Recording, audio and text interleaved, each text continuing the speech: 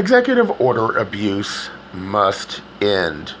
After learning of the four-nation special status, were El Salvador, Nicaragua, Honduras, and Haiti, where one executive order after another placed hundreds of thousands in purgatory of every 18 months, wondering if their lives will be upturned, all to allow Congress to avoid doing anything that might endanger their election by doing their jobs, must not be allowed to continue.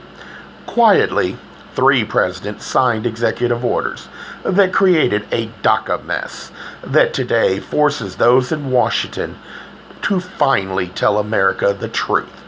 Only because one president, President Donald Trump, for whatever reason he had, refused to break his oath and sign these laws.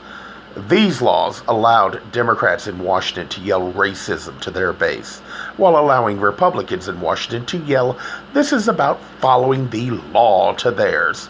Both sides know as well as I do that executive orders have the force of law while president is in office.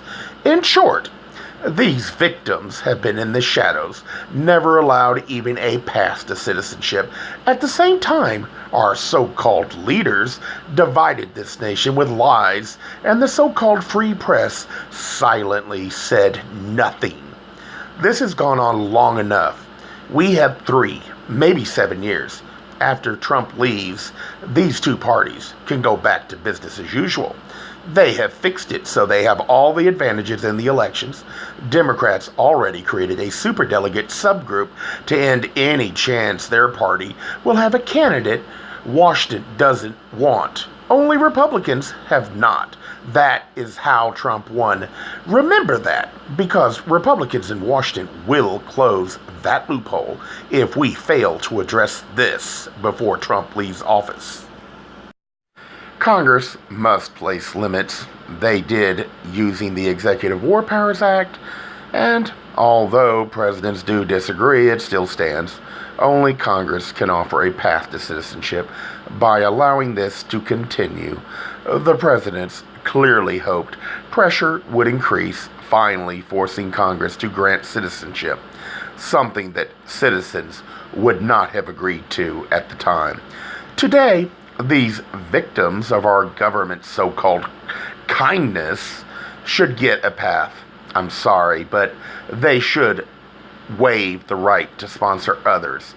This was wrong after all. However, these individuals suffered enough at the hands of these 3 presidents. So-called compassion. This is a constitutional democracy, and Congress represents the states. The president should not have the powers of a dictator, increasing pressure through these types of tactics to gain their goals. If Congress will not deal with executive orders that involve immigration or war in a certain time period, at least 18 months, then they alone deserve the blame. If they lack the courage to follow their conscience, they should not be in public office. Face the voters and do what you were elected to do. Don't blame presidents for refusing to cover you from doing the right thing.